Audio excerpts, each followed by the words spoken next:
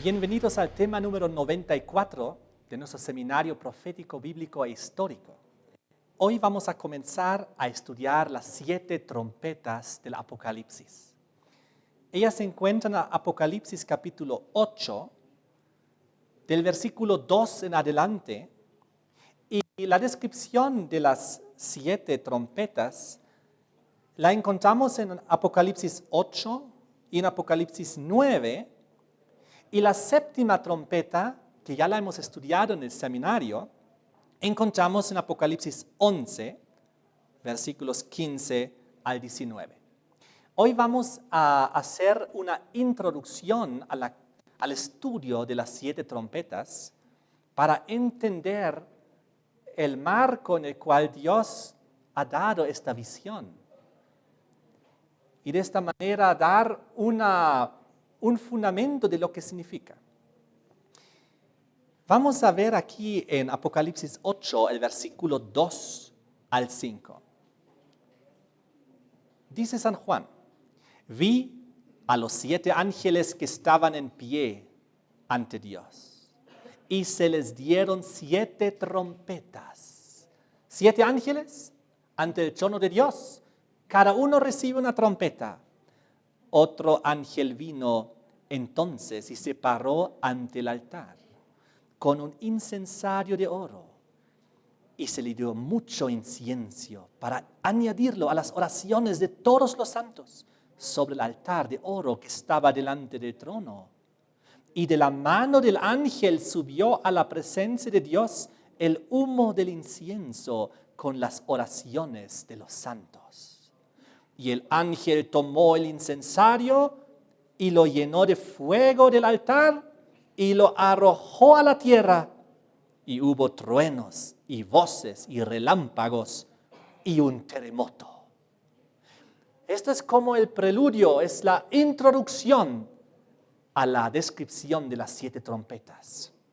Luego, a partir del versículo 6, comienzan a disponerse los 7 ángeles para tocar las trompetas, y a partir del versículo 7 ya comienza a tocar el primero su trompeta. Pero hoy vamos a ver la introducción de las 7 trompetas, este preludio que hemos visto hace unos instantes. Y lo que estamos viendo aquí es que Dios introduce ahora en el Apocalipsis una nueva secuencia del 7. Ya vimos la primera secuencia del 7, las 7 cartas proféticas a las 7 iglesias. Luego vimos la segunda secuencia de los 7, los 7 sellos del Apocalipsis. Y ahora estamos viendo la tercera secuencia del 7, las 7 trompetas. Lo interesante es que también antes de las anteriores 2 secuencias, antes de la secuencia de las 7 iglesias y antes de la secuencia de los 7 sellos, Dios también había hecho una introducción, un preludio a la secuencia de los 7.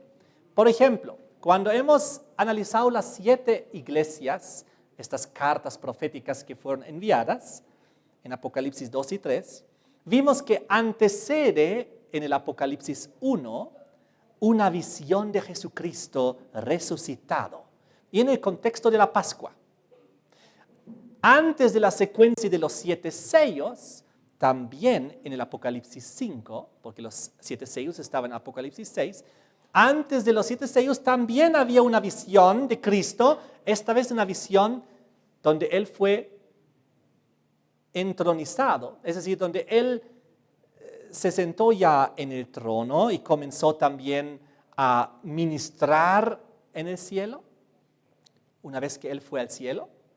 Y ahora, antes de las 7 trompetas, encontramos nuevamente una visión acerca de Jesucristo, y esta vez en un contexto del santuario, y luego vamos a ver con más precisión el contexto del santuario.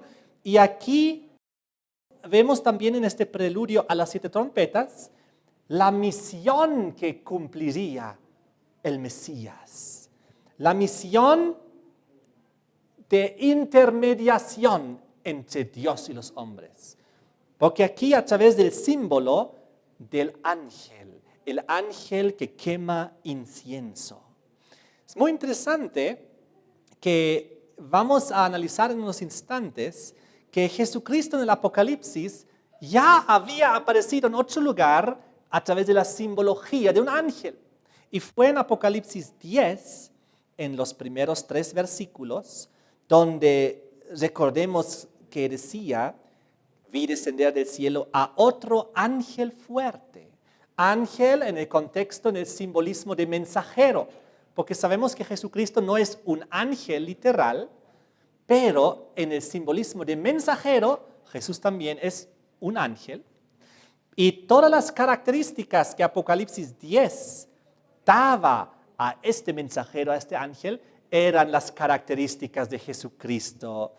Recuerde que este ángel fuerte estaba envuelto en una nube, tal como Jesús siempre está en el simbolismo de la nube, al ir al cielo y al retornar también. Con el arco iris sobre su cabeza, tal como alrededor del trono de Dios había un arco iris representando el arca, el pacto de Dios con el hombre.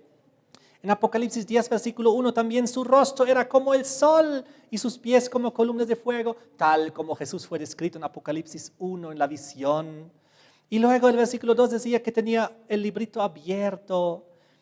En el versículo 3 decía que clamó a gran voz como ruge un león. Y recordemos Jesucristo en Apocalipsis 5, el león de la tribu de Judá. Toda la simbología dándonos a entender que este ángel, este otro ángel de Apocalipsis 10, 1 al 3, era una representación de Jesucristo. Y de la misma manera ahora en Apocalipsis 8, versículo 2 al 5, este otro ángel que aparece en el versículo 3 y que viene y se para ante el altar con un incensario de oro, y se le dio mucho incienso para añadirlo a las oraciones de todos los santos sobre el altar.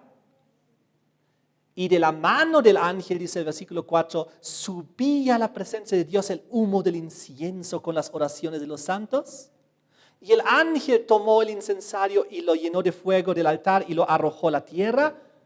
Toda esta simbología, como vamos a ver a continuación, es la simbología del sumo sacerdote y de la cuestión del santuario celestial.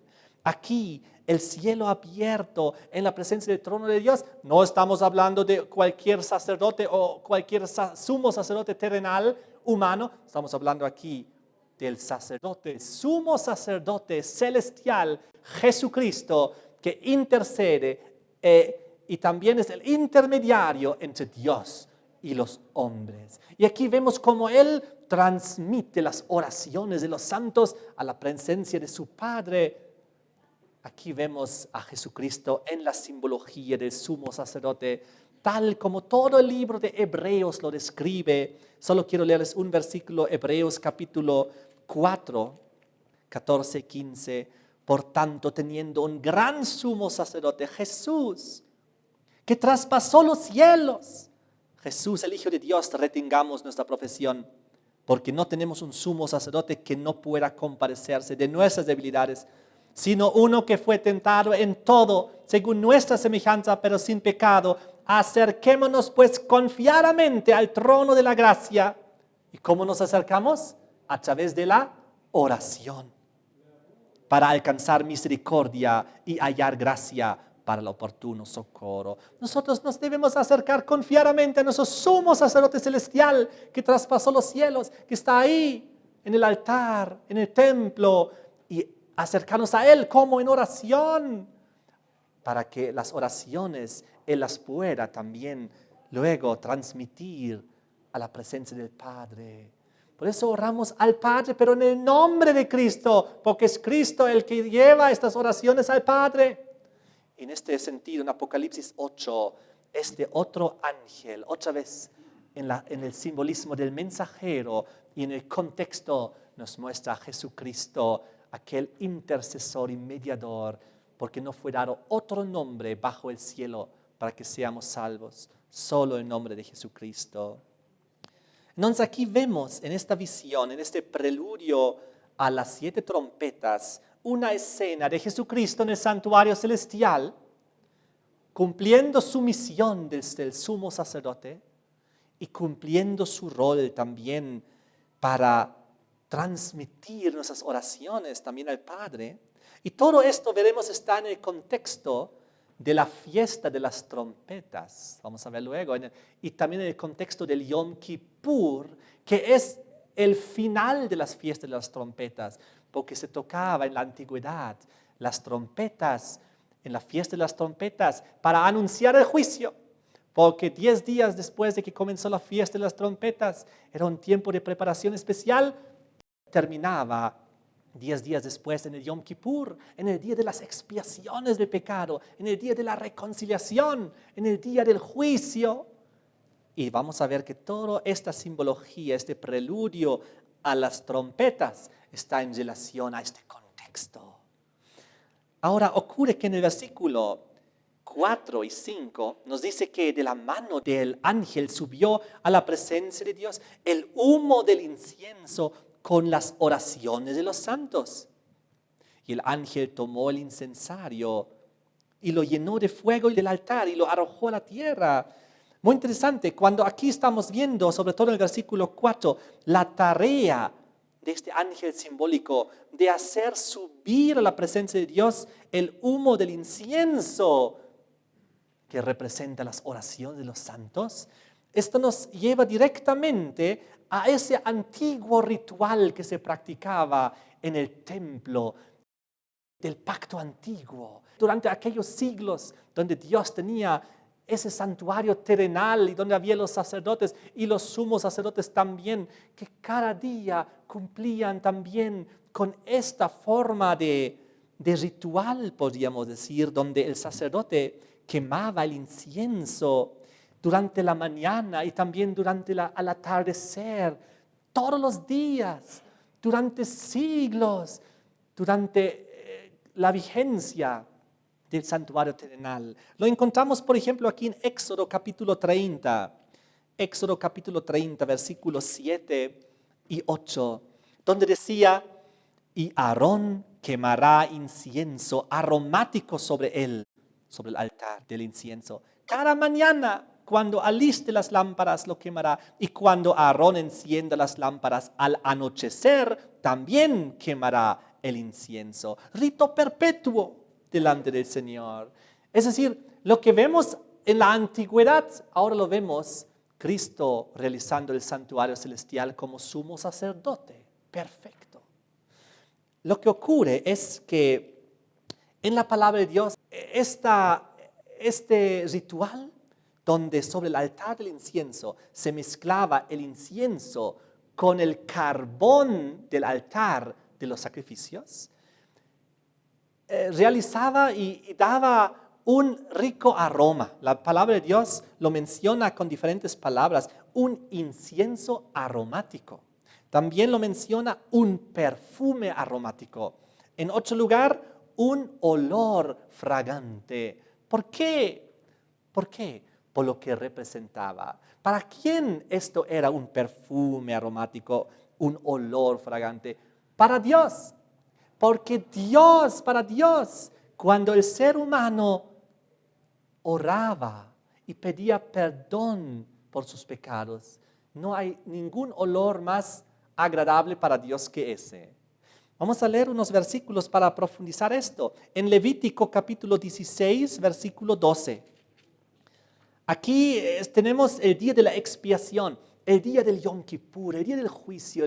Y en este contexto dice, Levítico 16, 12, después tomará un incensario lleno de brasas de fuego del altar de delante del Señor y sus puños llenos de perfume aromático molido, que aquí ya encontramos el incienso, y lo llevará detrás del velo y pondrá el perfume sobre el fuego delante del Señor y la nube del perfume cubrirá el propiciatorio que está sobre el testimonio, sobre los 10 mandamientos, para que no muera el pecador. Muy interesante el perfume aromático, cómo lo describe el libro de Efesios, capítulo 5, versículo 2. Efesios, capítulo 5, el versículo 2. Andad en amor como también Cristo nos amó y se entregó a sí mismo por nosotros, ofrenda y sacrificio a Dios en olor fragante. Ahí está. El Señor Jesucristo se sacrificó por nosotros. Entonces esto ha sido para Dios, esta ofrenda, este sacrificio, como un olor fragante. ¿Por qué?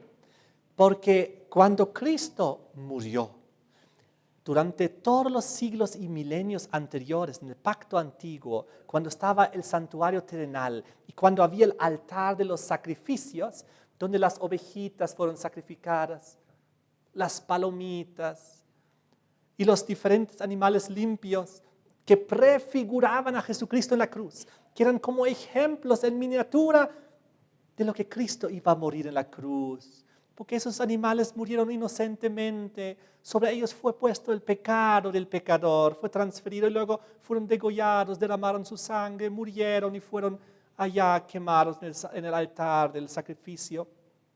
Todo esto prefiguraba a Jesucristo en la cruz, que iba a venir para morir por nuestros pecados, para tomar el pecado de todo el mundo sobre sí y morir, cumpliendo ya este simbolismo, perfeccionando todo este simbolismo de los siglos y de los milenios.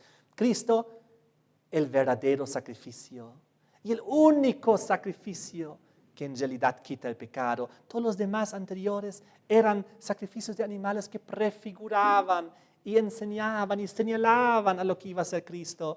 Y es por eso que hoy en día ya no hay sacrificios ni ofrendas, porque eso ya ocurrió en la cruz. Por eso todo el libro de Hebreos nos dice en muchos lugares, un sacrificio por siempre que hace perfecto. No había necesidad de más. Ahora, cuando en la simbología del santuario sobre el altar del incienso, ahí se mezclaban dos ingredientes, carbón del altar del sacrificio que representaba el sacrificio de Jesucristo, se unía con el incienso que también juntos se mezclaba y se quemaba ahí. Y la mezcla de los dos constituía el símbolo. Uno, el sacrificio de Cristo por amor hacia el pecador, hacia nosotros. Y otro, el incienso, que significa nuestras oraciones. Y cuando las oraciones nuestras se fusionan simbólicamente con el sacrificio de Cristo, ahí se cumple el simbolismo. Ahí se hace perfecto lo que Dios quiere. Ahí se hace poderoso esta aplicación. Vamos a leer. Ya hemos visto lo que significa el carbón sobre el sacrificio de Jesucristo, sobre el altar del holocausto, pero confirmaremos que efectivamente el incienso son nuestras oraciones. Vengan conmigo a Salmos. Salmos 141. Y aquí, en el versículo 1 y 2. Señor, a ti he clamado. Clamar a Dios, es decir, orar a Él. Apresúrate a mí, dice. Escucha mi voz cuando te invocare, cuando me comunicare contigo en oración. ¿Y cómo sigue el versículo 2? Suba mi oración delante de ti como el incienso. Ahí está. La simbología de que nuestra oración es como el incienso que debe subir a la presencia de Dios, ya está bien arraigada en el Antiguo Testamento. Vamos al Nuevo Testamento, Apocalipsis capítulo 5, versículo 8. Porque aquí nos confirma mucho más todavía esta simbología de que el incienso representa nuestras oraciones. Apocalipsis 5, versículo 8. Y dice aquí, al final, todos tenían arpas y copas de oro llenas de incienso, que son las oraciones de los santos. Más claro no puede ser. El incienso, representación de las oraciones de los santos. Ahora, cuando sobre el altar del incienso se mezclaba el carbón que representaba el sacrificio de Cristo, juntamente con el incienso que representa nuestras oraciones, eso hacía el olor agradable a Dios. El olor fragante, el perfume aromático, el incienso aromático que le agrada a Dios. A Dios le agrada que tú ores. Pero, y ahora viene el punto importante, los dos ingredientes tienen que mezclarse. De nada sirven separados. De nada sirve oración si Cristo no hubiese muerto en la cruz por mí. Y de nada me sirve a mí que Cristo haya muerto en la cruz y yo no oro. Las dos cosas tienen que unirse. Tú tienes que orar al Señor y también aferrarte a la promesa y al sacrificio de Cristo en la cruz. Señor, perdóname, porque tú has muerto en la cruz por mí, en mi oración. ¿Y qué va a decir el Señor? Claro que te perdono. Pero ¿de qué sirve si Cristo no hubiese muerto en la cruz? Imagínense, por alguna razón Cristo no hubiese venido y no hubiese habido sacrificio sustituto en mi lugar. Yo hubiese podido orar, pero esa oración no hubiese tenido el respaldo de aquello que lo hace posible el perdón. Y viceversa. Cristo murió hace 2000 años en la cruz. ¿Y qué pasa? Hoy en día en la humanidad hay millones de personas que no oran, que nunca oran. Y entonces tampoco puede cumplirse la meta del altar del incienso. Tiene que unirse ambos ingredientes. Ahí hay salvación, ahí hay perdón, ahí hay reconciliación, ahí podemos volver al plan de Dios, a la imagen y semejanza de Dios. Ahí podemos recuperar nuevamente el cielo, el paraíso perdido, la vida eterna. Ahí sí. Es por eso que Apocalipsis 8 nos presenta este panorama tan importante. Es interesante saber que durante todo el año se realizaba en el pacto antiguo el perdón. Siempre el pecador podía ir, llevar su ovejita, llevar su palomita, transferir su pecado sobre el animal inocente, degollarlo, su sangre se derramaba, se aplicaba el simbolismo y finalmente terminaba sobre el altar de los sacrificios. Y la persona salió del templo ya con el perdón por la fe en el sacrificio que el Mesías del futuro, el Cordero inmolado, iba a proveer. Entonces, una vez al año había este día famoso, el Yom Kippur, el día de las expiaciones, el día de la reconciliación, donde se iba a borrar todo este pecado acumulado durante el año. Y lo que Levítico capítulo 16 describe es el día de Yom Kippur. Es el día de la expiación anual, que era un tipo del Antiguo Testamento, que se cumplió en el antitipo del juicio celestial, del día del arrepentimiento final, del día del perdón y también del día del juicio celestial. Que sabemos, según el seminario que ya hemos estudiado, se basa en la profecía de Daniel 8:14, hasta 2300 tardes y mañanas, luego el santuario será purificado. El gran día Yom Kippur celestial y el cumplimiento a gran escala celestial de lo que ocurrió en miniatura durante siglos en la tierra. Ahora Levítico 16, versículos 12 y 13, una vez más lo leeremos. Después tomará un incensario lleno de brasas de fuego del altar, el sacrificio, delante del Señor, y sus puños llenos de perfume aromático molido, las oraciones de los santos, lo llevará detrás del velo al lugar santísimo y pondrá el perfume sobre el fuego delante del Señor, y la nube del perfume cubrirá el propiciatorio que está sobre el testimonio, sobre los 10 mandamientos, sobre la ley. Ahí tenemos todo el cuadro en conjunto, las oraciones de los santos pidiendo perdón por lo que han hecho, el sacrificio de Cristo para poder perdonarlo. Allá la ley sobre la cual habían pecado en primer lugar, por lo cual tuvieron que pedir perdón. Y finalmente el propiciatorio, que representa la misericordia de Dios de perdonar al pecador arrepentido. Todo el simbolismo allá en el lugar santísimo, donde Dios nuevamente transforma a su criatura, a su hijo, en la imagen y semejanza de Dios, donde lo vuelve a recuperar. Si el Hijo de Dios ha ido este camino de santificación del santuario, ya lo hemos estudiado en el seminario. A los que nos recuerdan pueden repasar estos temas. de la salvación, del santuario y del perdón, lo que ya hemos visto en el seminario. De todas maneras, estamos intentando identificar en qué momento Apocalipsis 8, del 2 al 5, se presenta el sumo sacerdote Jesucristo aquí antes que se toquen las 7 trompetas. Ahora, si vamos al libro de Hebreos, capítulo 9, nos va a dar una pauta importante.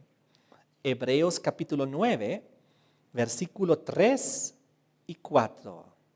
Dice aquí, tras el segundo velo, estamos hablando del santuario, ahora lo aplicaremos al santuario celestial, tras el segundo velo estaba la parte del tabernáculo llamado el lugar santísimo, aquel lugar donde se encontraba el arca del pacto con los 10 mandamientos, la presencia de Dios, donde solo se podía acceder una vez al año en el día del Yom Kippur, y solamente el sumo sacerdote en representación del pueblo. Ahora el versículo 4 decía, el lugar santísimo, el cual tenía un incensario de oro y el arca del pacto cubierto de oro por todas las partes, ¿no? En el cual estaba también una urna de oro que contenía el maná, la vara de Aarón que reverdeció y las tablas del pacto, los 10 mandamientos. Pero lo interesante es aquí que en el contexto del lugar santísimo se nos muestra que aquí tenía un incensario de oro. Ahora vengan conmigo, Apocalipsis 8, versículo 3. Y aquí nos indica que este otro ángel que ya hemos identificado como nuestro sumo sacerdote celestial Jesucristo, vino entonces y se paró ante el altar con un ¿qué? Incensario de oro. El incensario de oro, aquel que solo se utilizaba en el día Yom Kippur. Jesucristo, aquí en esta visión lo estamos viendo ingresando al lugar santísimo con el incensario de oro para comenzar la última fase de su ministerio en el santuario celestial, la fase final, la fase del juicio final, la fase que sabemos gracias al seminario, la profecía de los 2300 tardes y mañanas que nos llevaron de Daniel 8, 9 hasta el año 1844, donde inició finalmente el juicio final, el simbólico gran día del Yom Kippur, de las expiaciones del pecado, el día en el cual simbólicamente Dios ya quiere borrar el pecado, la fase final antes que retorne en gloria y majestad. Dice aquí cosas muy interesantes. En este pasaje nos describe la segunda fase del ministerio de Jesucristo en el santuario celestial. Recuerden que cuando Jesús en el año 31 fue al cielo, hemos estudiado Apocalipsis 4, Apocalipsis 5, sobre todo, donde se nos presentaba ese momento cuando Jesucristo llega al cielo. Y todo el contexto bíblico hemos estudiado que se sentó a la diestra de su Padre y comenzó el ministerio. Comenzó a ministrar por nosotros como nuestro sumo sacerdote. Pero todo el contexto que ya hemos estudiado nos indica que el santuario tiene 2 fases. Fase del lugar santo, fase del lugar santísimo. Y que la fase del lugar santísimo simboliza el juicio. Y la fase del lugar santísimo representa el día Yom Kippur, en el cual en la antigüedad se accedía una vez al año, en el cual Cristo fue y entró para terminar su ministerio celestial antes de venir a la tierra, porque primero tiene que terminar la cuestión del juicio, terminar la cuestión del borramiento de los pecados, para poder luego resucitar a todos aquellos que deben resucitar en su retorno y transformar a todos aquellos que deben ser transformados. La sentencia final tiene que tomarse antes en una decisión, y la decisión se toma en este juicio celestial. En ese sentido, en Apocalipsis 8, versículo 3, encontramos 2 palabras que nos están mostrando que aquí se está iniciando una segunda fase. Vamos a analizarlo. Una segunda fase del santuario celestial, de la obra de ministerio de Cristo como sumo sacerdote. Apocalipsis 8, versículo 3. 8 ángel vino y se paró ante el altar.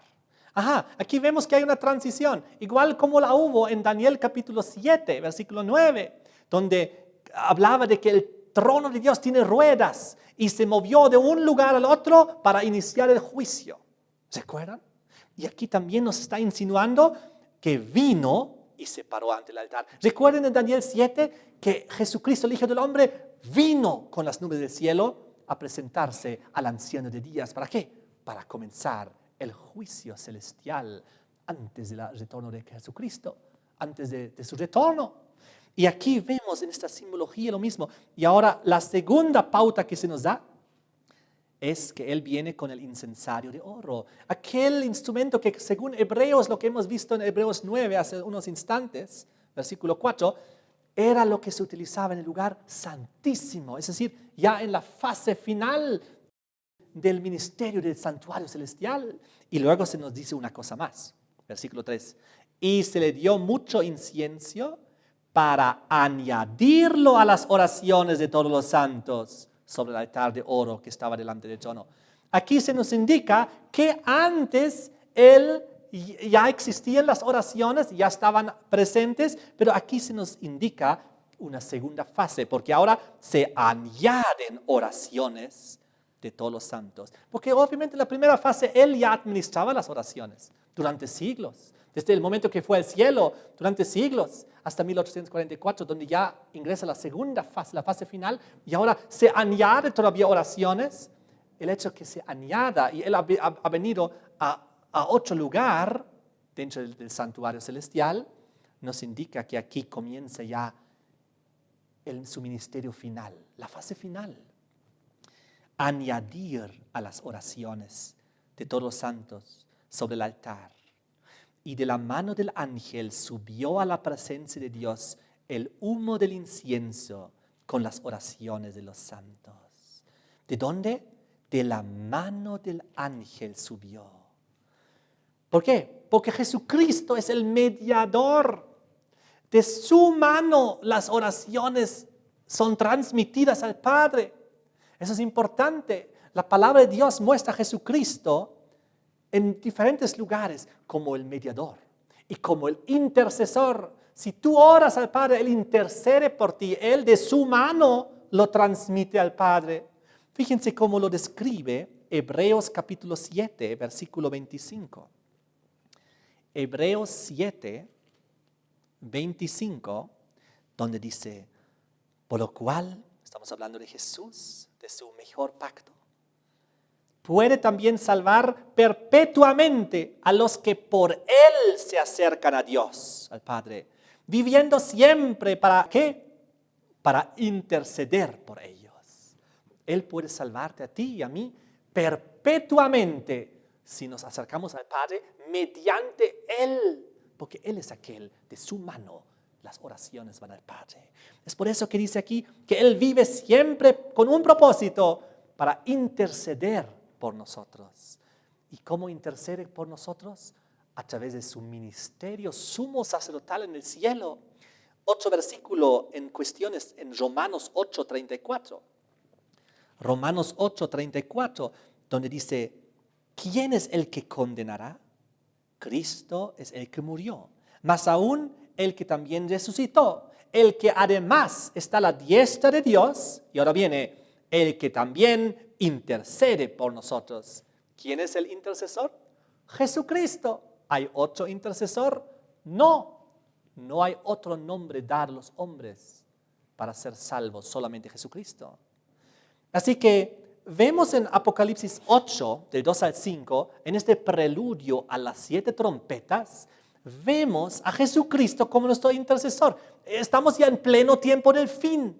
Tiempo del fin comenzó en 1798, al cabo de los 1260 años, según Daniel capítulo 12 y otros contextos que hemos estudiado. Estamos en pleno tiempo del fin. Y ahora nos está mostrando que también estamos en pleno tiempo de juicio. Y no solo esto, nos está mostrando que estamos en pleno tiempo de gracia.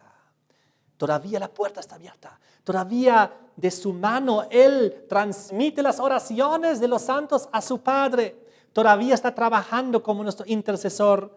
Pero qué cosa terrible nos muestra el versículo 5. Apocalipsis 8:5. Y el ángel tomó el incensario y lo llenó de fuego del altar. ¿Y qué hizo? Lo arrojó a la tierra. Hubo truenos y voces y relámpagos y un terremoto. ¿Qué vemos aquí? El fin de la gracia, el fin del ministerio sumo sacerdotal de Jesucristo. Ya el incensario no es utilizado para añadirle más incienso, para transmitirlo al Padre. Ahora dice, en el incensario ya no está ni el carbón, ni el incienso. No, ahora está lleno de fuego. Fuego tiene muchos simbolismos en la palabra de Dios, pero creo que en este contexto es el simbolismo del juicio, del castigo, porque es arrojado con fuego a la tierra. Este incensario ya no cumple la función de ser llenado de carbón, el sacrificio de Cristo, el incienso, las oraciones de los santos y el transmitirlo al Padre. Ahora no, ni carbón ni incienso, ahora fuego y arrojarlo a la tierra. Antes las oraciones del cielo, ahora el fuego a la tierra. Y la consecuencia es, hubo truenos, voces, relámpagos y un terremoto. Vamos a analizar esta simbología que ya hemos visto en el seminario cuando hemos estudiado Apocalipsis 15 y Apocalipsis 11. Yo les recomiendo repasar esos dos temas que hemos estudiado para entender con más precisión, pero voy a resumir. Ahora se arroja a la tierra. El templo está ahora abierto, porque si no, él no pudiera arrojarlo a la tierra. La intermediación termina. ¿Por qué? Porque ya el incensario ya no está siendo utilizado para añadirle más incienso y más oraciones para transmitir a Dios. El tiempo de intermediación, de mediación, termina aquí. Es lo que habíamos estudiado en Apocalipsis 15, cuando vimos el versículo 8. Apocalipsis 15, versículo 8, donde decía que el templo se llenó de humo por la gloria de Dios y por su poder, y nadie podía entrar en el templo hasta que se hubiesen cumplido las 7 plagas de los 7 ángeles.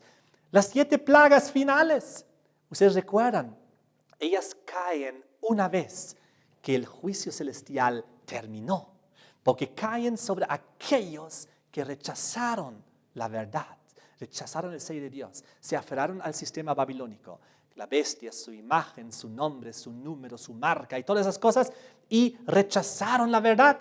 Y Apocalipsis 16 es muy claro, cuando la primera plaga cae exclusivamente sobre aquellos que se mantuvieron a Babilonia. Lo que en Apocalipsis 18, versículo 4 había descrito, salid de Babilonia, pueblo mío, para que no las plagas no caigan sobre ustedes.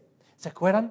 Y ahora cuando finalmente las plagas caen, es cuando Dios terminó de cerrar la puerta de la gracia. Los seres humanos terminaron de tomar sus decisiones en favor o en contra de Dios. Permitieron recibir el sello de Dios o la marca de la bestia. El último ser humano tomó su decisión, tal como describió Apocalipsis 22, versículo 11, donde decía, el que es injusto sea injusto todavía, el que es inmundo sea inmundo todavía, pero el que es justo practique la justicia todavía, y el que es santo santifíquese todavía. Llegará un momento donde la decisión estará tomada. O estás con el sello de Dios, o estás con la marca de la bestia. La decisión está tomada, y ahí es donde Dios permite que las 7 posteras plagas caigan. La decisión ya está tomada, la puerta de gracia está cerrada. Igual como en aquel entonces, en el tiempo del diluvio, donde 7 días antes del diluvio Dios cerró la puerta. Ya no se podía entrar ni salir, la decisión estaba tomada. Jesús dice, tal como fueron los días de Noé, será en el tiempo del fin. Y ahora 7 plagas antes que venga Jesucristo, la puerta de la gracia se cerró. Ahora lo que estamos viendo en Apocalipsis 15, versículo 8 al final, donde ya nadie podría entrar en el templo, nadie. Ya no hay acceso al intermediador. La obra se terminó. Dios dejó un tiempo de gracia enorme a la humanidad, pero llegó a su fin. Dios cerró la puerta, igual como cerró la puerta del arca. Y dice, nadie podía entrar al templo hasta que se hubiesen cumplido las 7 plagas de los 7 ángeles.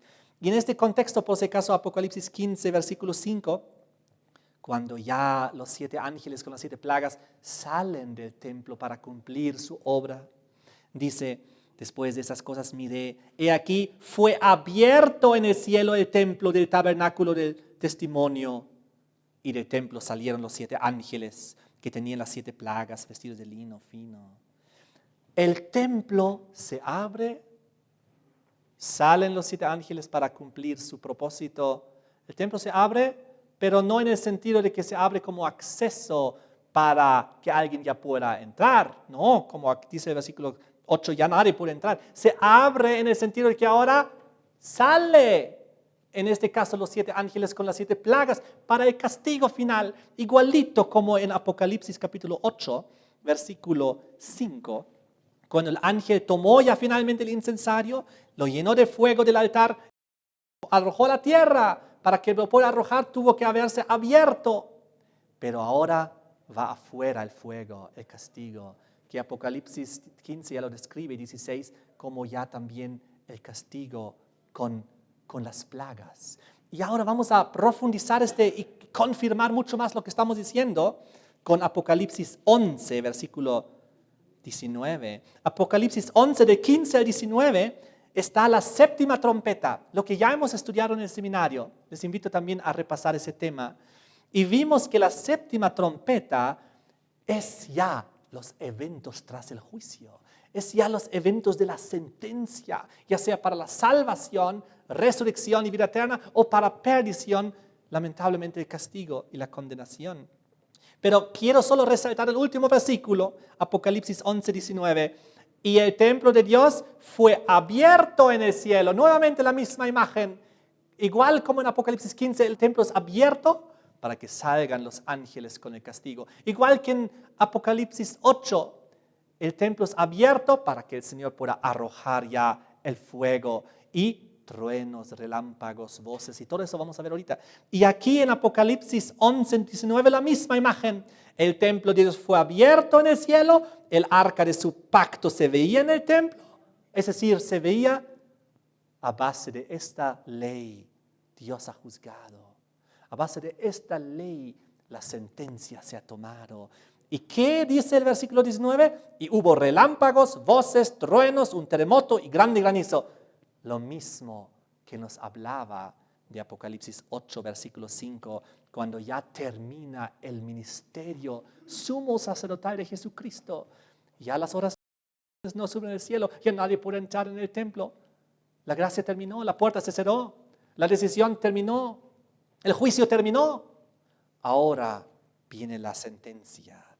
Versículo 5 de Apocalipsis 8 decía, después de que lanzó el fuego con el incensario a la tierra, dice, hubo truenos, voces, relámpagos y un gran terremoto. Igualito aquí, como acabamos de ver en Apocalipsis 11, 19, el templo de Dios fue abierto en el cielo y hubo relámpagos, voces, truenos y un gran terremoto y granizo. Y ahora vamos a ver que lo mismo también lo encontramos en Apocalipsis capítulo 16. Y esto es impresionante lo que vamos a ver ahorita.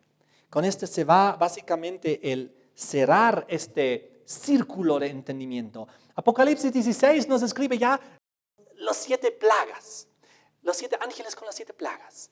Y ahora vamos a la 7ª y última plaga, Apocalipsis 16, versículo 17 y 18. El 7º ángel derramó su copa por el aire, salió una gran voz del templo del cielo, del trono, diciendo, hecho está. Qué interesante. Salió una gran voz del templo del cielo, el templo que está abierto, del cual ya acaban de salir los ángeles con las plagas, donde acaba el Señor de arrojar el incensario con fuego a la tierra. Y ahora aquí nos indica, hecho está. ¿Y cuál es la consecuencia? Versículo 18. Entonces hubo relámpagos y voces y truenos y un gran temblor de la tierra y un terremoto tan grande cual no lo hubo jamás. La misma exactamente simbología se repite en estos 3 pasajes que acabamos de leer. En el mismo contexto, el templo se abre, pero ya no para salvación, ahora para que salga ya el castigo. El templo se abre ya no para que sigan entrando oraciones o que haya acceso, ahora se abre para que puedan salir los ángeles del castigo, el incensario del fuego, el castigo. Y en los tres pasajes, la misma descripción. Hubo relámpagos, voces, truenos y un gran terremoto y un temblor. Qué interesante. Toda esta simbología siempre estaba en relación a la ley de Dios. Cuando Dios en Éxodo 19, versículos 16 y 18, dio los 10 mandamientos en el monte Sinaí, había los mismos fenómenos naturales, igual trueno y voces y terremoto y temblor y esas cosas.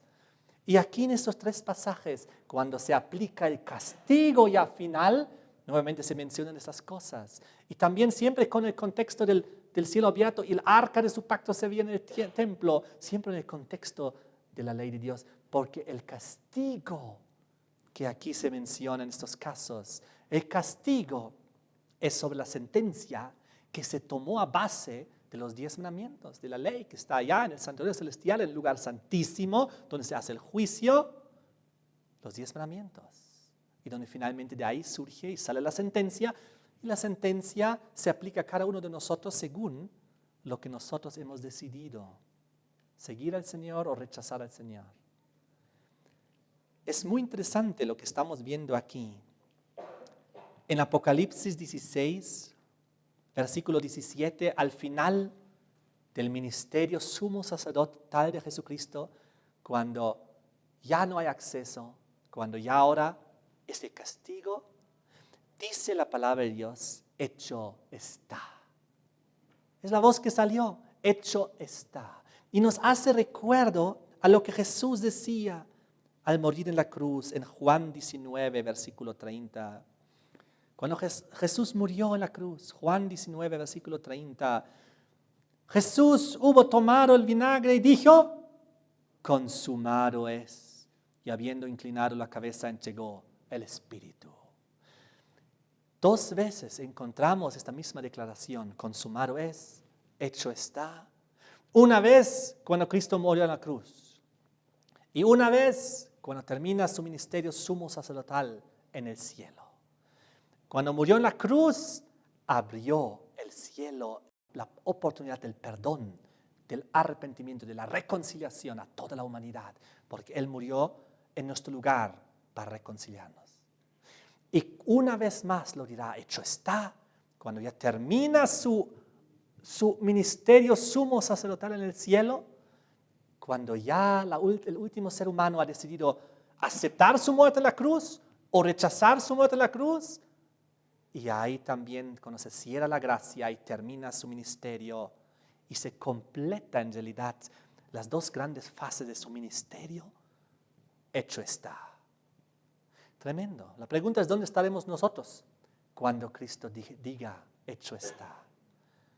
¿Estaremos entre aquellos que reciban la sentencia de condenación o estaremos entre aquellos que reciben la sentencia de salvación, resurrección, transformación, vida eterna? Amén. Ahí debemos estar, ¿no es así? No debemos perder esta salvación. Si todavía no has entregado tu vida al Señor, es tiempo de que lo hagas.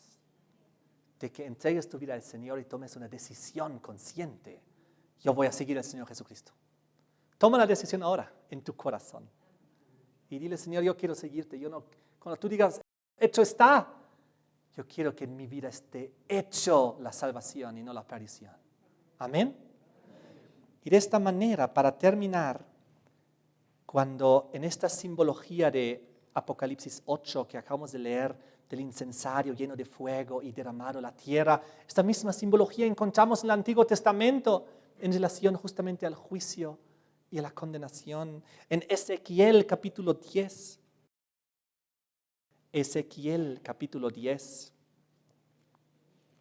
aquí en el versículo 2, muy interesante, aquí también un ángel de lino sacerdotal echa carbones sobre Jerusalén, porque Jerusalén estaba en apostasía. Y habló al varón vestido de lino y le dijo, entra en medio de las ruedas debajo de los querubines, llena tus manos de carbones encendidos de entre los querubines y espárcelos sobre la ciudad. Simbolismo parecido al de Apocalipsis 8:5, el fuego derramado sobre la tierra. Ahora, en Apocalipsis 8:5, concepto de la totalidad, mundo entero, juicio final. Aquí, en Ezequiel 10, había un juicio parcial sobre geográficamente Jerusalén, en la misma simbología. Aquí el ángel de lino sacerdotal debía poner carbones sobre Jerusalén, y realmente más adelante la ciudad se destruyó con el fuego. Se cumplió esto. Se le puede leer esto en Ezequiel 24, versículo 9, o en 2 de Reyes 25, versículo 9. Y finalmente, en Apocalipsis 8, finalmente cuando estamos leyendo esta cuestión, esta descripción, lo que estamos viendo es lo que se hace eco de las lamentaciones del quinto sello, donde también se elevó del mismo altar del incienso el clamor de los oprimidos, de los perseguidos, de los mártires. ¿Se acuerdan cuando hemos estudiado el quinto sello? El quinto sello aquí en Apocalipsis capítulo 6, versículo 9, 10, 11. Aquí también había almas bajo altar, recuerden su sangre derramada, que clamaban por justicia y por venganza, ¿recuerdan? Y entonces ahora aquí en Apocalipsis 8, versículo 3 al 5, lo que acabamos de estudiar con el ministerio de Jesucristo en el santuario celestial, encontramos la respuesta al clamor y al llamado de las víctimas, de los oprimidos, de los perseguidos, de los mártires. Aquí encontramos la respuesta de Dios a sus oraciones. ¿Recuerdan que aquí Dios está viendo las oraciones? ¿Qué decían las almas bajo el altar? ¿Hasta cuándo, Señor, no haces justicia y vengas nuestra sangre? ¿Se acuerdan? ¿Qué eran eso? Eran oraciones. Eso era parte del incienso que fue a la presencia del Señor. Y ahora Apocalipsis 8 nos muestra que Dios responde. En el quinto sello, muy interesante, en Apocalipsis 6, las víctimas clamaban por venganza en contra de los que moran en la tierra. Escuchen esta frase. En Apocalipsis 6, versículo 10. Clamaban a gran voz diciendo: ¿hasta cuándo, Señor santo y verdadero, no juzgas y vengas nuestra sangre? ¿En quiénes? En los que moran en la tierra. Obviamente aquí refiriéndose a los perseguidores, a los malos, a los terribles, intolerantes. Y ahora la respuesta viene en las trompetas. Pues en las trompetas ahora anuncia la venganza ¿sobre quiénes? Sobre los que moran sobre la tierra. Vean conmigo Apocalipsis 8, versículo 13. Dice: y miré y oí a un ángel volar por medio del cielo, diciendo a gran voz: ay, ay, ay de los que moran en la tierra, de los que moran en la tierra, a causa de los otros toques de trompeta que están para sonar los 3 ángeles. Las trompetas ahora son juicios y castigos sobre los que moran en la tierra. Tal como antes en el sexto sello, en el quinto sello, las almas bajo el altar de los mártires clamaban por justicia y venganza contra aquellos que moran sobre la tierra. Y ahora en las trompetas encontramos que hay juicios que caen sobre los que moran sobre la tierra. Todo esto veremos ya en el siguiente tema, cuando iremos desglosando ya las 7 trompetas. De todas maneras, la séptima y última de las trompetas, que está en Apocalipsis 11 a partir del versículo 15, nos muestra con toda claridad ya el resumen mismo de la intención de las trompetas. Es mostrar los castigos que Dios aplica a aquellos que han perseguido al pueblo de Dios. ¿Recuerdan? Las siete iglesias muestran la historia cristiana desde un enfoque. Los 7 sellos lo muestran a través de otro enfoque. Y las 7 trompetas ahora las van a mostrar de otro enfoque. Fíjense cómo la última de las trompetas describe la intención de la venganza justa sobre aquellos que destruyeron el pueblo de Dios, que lo persiguieron y lo martirizaron. Aquí está en la séptima trompeta, en Apocalipsis 11, versículo 18, donde dice: se airaron las naciones y tu ira ha venido. Y el tiempo de juzgar a los muertos y de dar el galardón a tus siervos, los profetas, a los santos, a los que temen tu nombre, a los pequeños y grandes. Pero también dice: y a destruir los que destruyen la tierra. La sentencia final. Así que los sellos nos muestran la opresión del pueblo de Dios y las trompetas nos mostrarán la venganza, los castigos, el juicio sobre los perseguidores y sobre aquellos que hicieron daño al pueblo de Dios. De esta manera el Apocalipsis, antes del capítulo 8, muestra trompetas muy escasamente. Por ejemplo, la primera vez que se muestra una trompeta en Apocalipsis está en Apocalipsis 1, versículo 10, en la relación de la primera visión que recibió San Juan. La segunda vez está en Apocalipsis 4, versículo 1, donde también el Señor habla con una voz de trompeta, pero ahora, a partir del capítulo 8, el sonido de las trompetas se intensifica y aumenta constantemente a lo largo de la historia, como veremos en los siguientes temas, cuando ya vamos a desglosar las 7 trompetas.